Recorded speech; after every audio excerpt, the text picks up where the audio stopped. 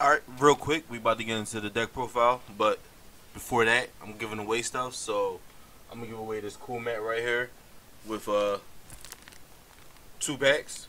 All you gotta do is like, subscribe, and comment Eric Goodwin. That's all you gotta do, and I'll choose one person randomly and message you, give me the address, and I'll mail it right out to you. So, other than that, enjoy the deck profile. What's going on YouTube? We're here with a deck profile today with Alejandro Mena. Ryan Severin. what'd you do today? I got second place, and yesterday it was two regionals. We got what? I got seventh. 6th and 7th yesterday, and I got second today. Got second today. Yeah. All right. So what deck did you play? We played Hercule. It has to be the best deck now, right? Yeah, best deck. Definitely the best deck in format. So basically, if you don't know what it does, if there's a card in your combo area, he draws, but it's once per battle, so it doesn't matter how many times they attack you, you get to do it multiple times. And the flip side does the same thing. He draws 3 on Awaken, though. It's huge. It's the only leader that does it up to now, and in a format where you think untapping is very important, he shows why, and he made a set 2 card really broken because of it. Yeah, drawing 3. It's pretty nasty. This and your super combo play to draw 6 is just so much value. Yeah. Basically, because you don't have to combo again to use his effect on the back. You combo a card, draw, awaken, draw 3, and then activate his effect again. On the same card in the same combo area. Yeah, because it's already in the combo area. So the best, well, not the best card, but the best starters. There's the 4 top 7 searchers for anything in World Tournament, and then you have the 4 play announcer negate. That when you have 2 on board, you draw 2 cards. It's like a pot of greed. It's good in Yu-Gi-Oh! It's good in every game.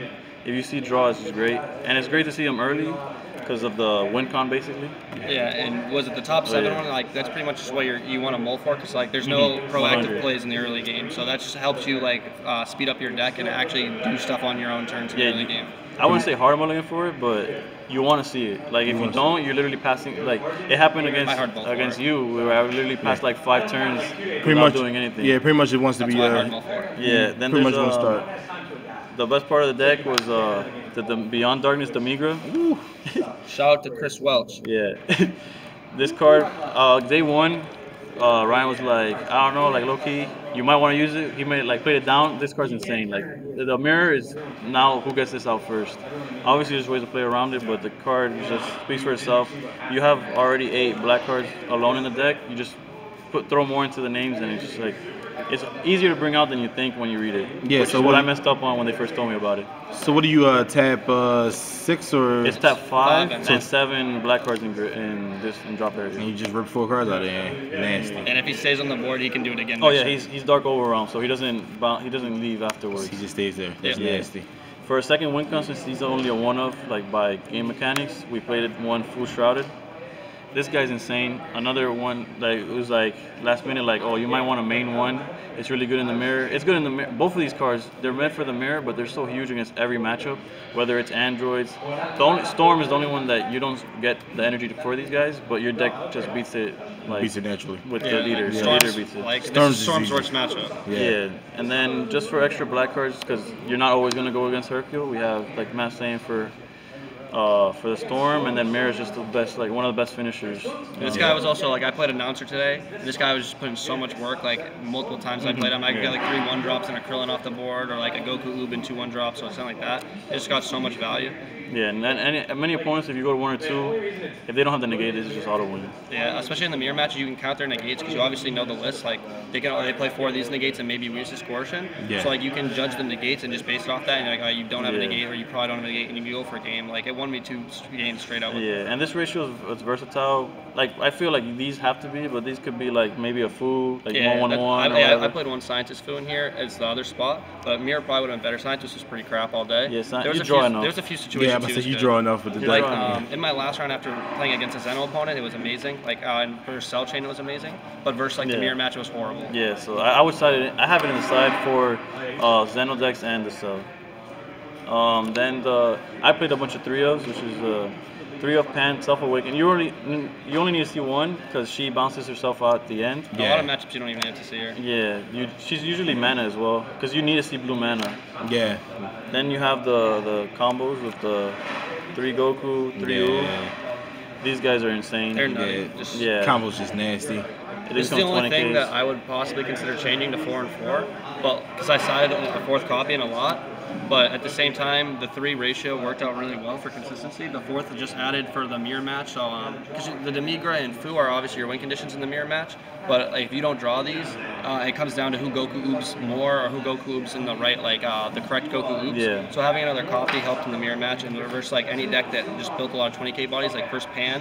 It was incredible. I sided in the 4th copy. Yeah, this combo alone basically made apes irrelevant in the format. You can't play apes because this guy just bounces both of them just down. Bounce them back, right? And you just get rid of them.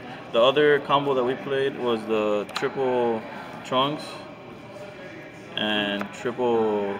I don't know. Yeah, well he's Otosuki or whatever his name is. Yeah, I call him Oto. Eric Goodwin and everybody else in yeah, there you go. Yeah. Exactly. That's Eric Goodwin. This is Ryan Severin and that's Eric Goodwin. Yeah, right there. Basically, these guys are insane, especially versus Storm. And the mirror they don't really come up, except it's like you're only out to the secret rare.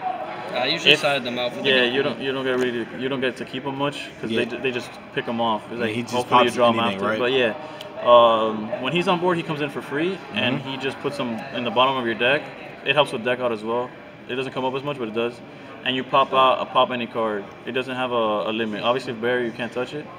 But also a good combo is like you swing, pop a card, summon another one. Yeah, it's just free attacks. Yeah. He's once per turn, but you can summon him as many times as long as there's not another one. Yep. So once you bottom deck it, you just keep attacking. Then the super combos. I never charged it, so it didn't matter color, but yeah, I played 8. Well, technically you have the super combos at 5, which is huge for Hercule. Yeah. Because he makes your super combos draw 2, and then Unbreakable. Anything that says draw is really good with him because you just draw an extra one off of his thing. The biggest difference in our build between me and Ryan was Obuni. I played double shot Vegeta in the main instead. Yeah, I wasn't a fan of double shot. I sided it for the mirror, but this guy's just insane in the sense that he's a pseudo Hoi. Yeah. He's a worse Hoi because you have the bottom deck before you draw your second card, but Hercule allows you to draw a card, bottom deck, and then Hercule draws you the second card. So it lets you filter. Also, this deck needs blue energy, and I struggled a lot with like finding the energy I wanted. This can also help a deck out too in the mirror. Yeah, with deck out also helps digging without decking out as well. Yeah, not wanting to tap certain cards, so you just tap those. Yeah, and when you're comboing out for a game, like let's say you have like a Zeno or something in hand that's dead, you just bottom deck and you get more combo power. Then 2, I call it Champa, but it's the West Supreme Kai. East Supreme Kai. She's just as double strike. It's great with the Mira for finishers. It's good with your leader. It's good with any card. It's basically, super good. if they go to 2, Also, since we're playing with the whole Demigra thing, if you go 5 to 3 them, it's really huge as well. Yeah, so it never came up for me, but yeah, this double strike is just huge. That's how I won one of my matches. Was like 100k combo with this on an Oob at 4 to 2. And then played Mira with another one in hand and just instantly. Yeah, that's why you gotta count negates. Like if you see that they're not, you could overextend and stuff like that because you don't risk anything basically. Then the only extra cards that I played was 4 Bean, of course, and 4 Zeno Button. This card's nuts. Zeno Button is so insane. You need. I played 3 yesterday and I regretted it. Like because if you need to see this card. So nuts. That's why I emphasize so much. You need blue energy. The Obuni helped with that, and then there are certain cards that are just like. You need blue energy because it maximizes your defense. Yeah, if you have like 4 or 5 blue energy and like a black or a red, it's fine. But like as long as you have like 3 or 4 blue energy, this is untapping 3 or 4 energy, which is just insane. That's why the draw 3 is so broken because you don't need to untap energy if Zeno Button's doing it for you. Yeah, that's just nasty. And then you don't need to negate the attack because Hercule can plus out during the combo step and just replenish his hand and out combo the villain. Yeah, it's insane. That was the main deck. There's minor changes, like he said, maybe putting the Goku Oop to 4, but I think that's more of like a meta-dependent thing as the meta evolves. Yeah, the meta evolves can change. Yeah. For a side deck, did we end up having the same one? Or for the most part. Yeah, I well, so. except for I didn't side Fu either. Yeah. I sided 1 Fu. Well, we had double Chronoa. There was a build that was actually maining these just to add to the consistency of the Demigra play. I was like, damn, that's a pretty good idea. I started siding this in the mirror just to have more black names. Okay. But it's a good card. Obviously, you don't want them to Shuga or Yellow leader. Yeah, draw a card. Haru, great against Yellow. U7 Frieza was out there. I didn't face one, luckily. but this lets you just like rush them down even faster because rushing them is the only way to win. Like before they could like do their combo. Yeah, pin and working gets my soul deck. Yeah, and I'll get Cell as well. I was going to mention that I went full, drew 2 cards, drew him off, so I went 3, went back to 4 energy. So like I had multiple swings without like risking my life. I still had defense. Like against androids, you could play like a 1-drop, play this with 4 energy, untap them all, play Goku Ooh, and you still have energy up, and you played 4 bodies. Like it's just insane. And we have a lot of 1-drops, whether it's overarm or not. And then I sided 1 Dimension Manager Fool. So I sided a second Mass Saiyan instead. Yeah, instead. Okay. And it was just to remove this. I only sided in versus Cell. And then yesterday I went against a GT deck, like triple flash. That if I survived, I sided in Banisher, but it never really came up. I feel like it's interchangeable. They're not really. Like I pretty much had this versus like Announcer and like other things that played like 1-drops and stuff. I didn't main Fool at all, so I sided the 2 of them. I sided the second one. Yeah, he mained 1, so he had, but I sided 2 because for Cell, Zeno, and like you just want to have replenish without having to awaken. Because if you awaken before, before they do their Zeno or Cell, you lose. So this guy lets you keep your hand advantage without having to awaken, or if you are awakening, just to finally push them is a great double strike. I sided the second Food, Shrouded of Mystery. That was a good call. Yeah, it came through a lot. He didn't have a second one. Luckily, the guy I borrowed from had 2. Shout outs to Rishi. Yeah, I almost skipped over that. Thanks to him, I was able to play the deck to like full advantage. He always hooks it up. Hooks it up. Yeah. Highest rarity. That's the dude right there. Of course, highest you see the whole deck is common, and then you see some shiny stuff. Yeah, it's like that's the stuff that's not his. Fool. The second Fool came because you just want to see it. Also, has more black names. Then I sided double Coercion. It was huge, and the mirror against Storm in the mirror. I actually didn't think it was necessary in the mirror, but I started noticing that you need it just to like not even sometimes stop them from killing you. It's just to stop them from comboing or plussing off their leader. I sided that almost any time I won game 1 because based on how the format is, it's too hard to finish a best of 3. So winning game 1 is huge, and just having extra negates is just huge. Winning game 1 is then Tumafubas never came in, but it was for decks like Buhan. That was great. U7. Yeah, U7. Yeah, like it was really good versus Cell for me. Versus I didn't bring it in versus Cell actually. Yeah, like that was the only thing I brought. His Cell was different though. He had bad rings and stuff. Oh yeah, I played it yesterday too versus like a Vegeta, the deck that plays Mono Blue Soul Striker with Vegito and everything, and it was good then. I mean, it was good versus Cell, but it's just a great card, and we have Zeno buttons, so we could afford to tap 2 energy. Yeah. Whether before or after the button. Yeah. Because Zeno button just makes everything nice. Zeno button, it's like SS3. Like it's the fact that Zeno button is good now is insane. I sided triple double shot. I wouldn't side this again. If anything, it's either main or not. Like you never really want this in unless you already have it. Okay. I wasn't a fan. I would put something I love this card, so yeah. So like, I guess I would have to try Obani because probably, I never tried them, but like this card was incredible for me. Paid like a ton of dividends all weekend. I feel it goes to playstyle. Maybe I'm maybe more conservative while you're more aggressive. So it's like that's where it comes into. And that's the whole. The only changes I had is that's I sided another one of these versus.